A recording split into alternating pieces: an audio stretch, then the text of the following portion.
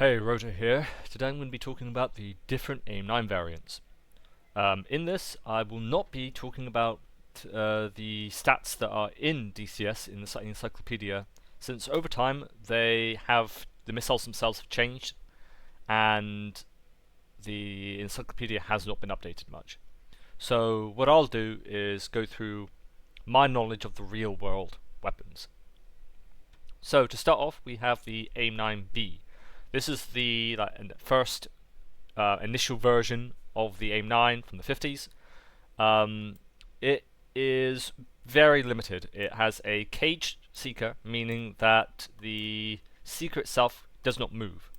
So typically one hard pull and you'll be out of the range of the seeker. The missile is not particularly fast, only going about Mach 1.8 or so.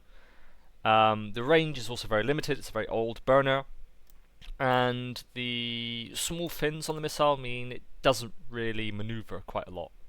There are quite a few aircraft in DCS that use this missile, the Sabre, the F4 and so on, but overall it's not a particularly good missile, and it's only really worth using if it's an era appropriate thing.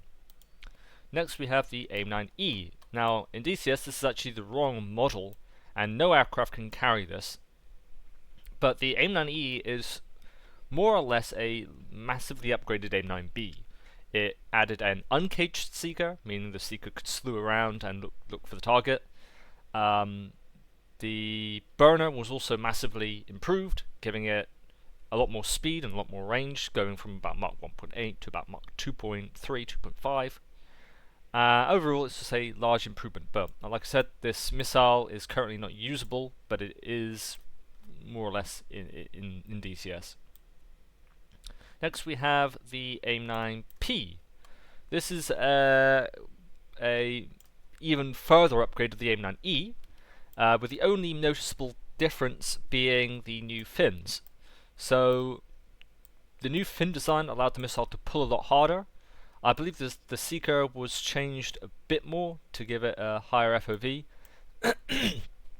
but other than that, it was mostly just maneuverability differences. Then we have the AIM-9 P4 and P5. So the difference between the P4 and P5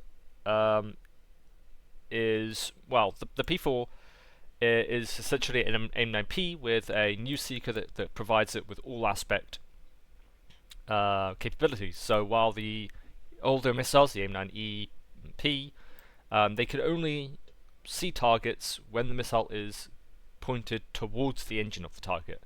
With the new all-aspect seeker, the missile can now see targets from the front, from the side, so on. The AIM-9P5, however, I believe added flare resistance, so ECCM, and also came with a smokeless motor. So overall, a pretty huge upgrade. Next we have the AIM-9L, one of the more famous versions of the AIM-9, initially from the 70s, quite famously used in the Falklands in the 80s. This is overall a massive improvement over the older missiles. The burner was improved, giving it a longer burn time, increasing the range. The fins were redesigned, giving it quite good maneuverability, not anything too substantial, but it improved the maneuverability quite significantly, and it added an all-aspect seeker. Next we have the AIM-9M. This is essentially the exact same as the AIM-9L. The difference being that the new seeker was given ECCM, so it became flare resistant, and the motor was also made smokeless. The type of ECCM that this missile had, essentially the way you can see it is when a flare came within its view, it would turn off its seeker, and would inertially navigate towards where the target was last seen, and it would do this quite rapidly on and off, so long as flares were in its view. And finally, we have the AIM-9X, a very famous version of the AIM-9.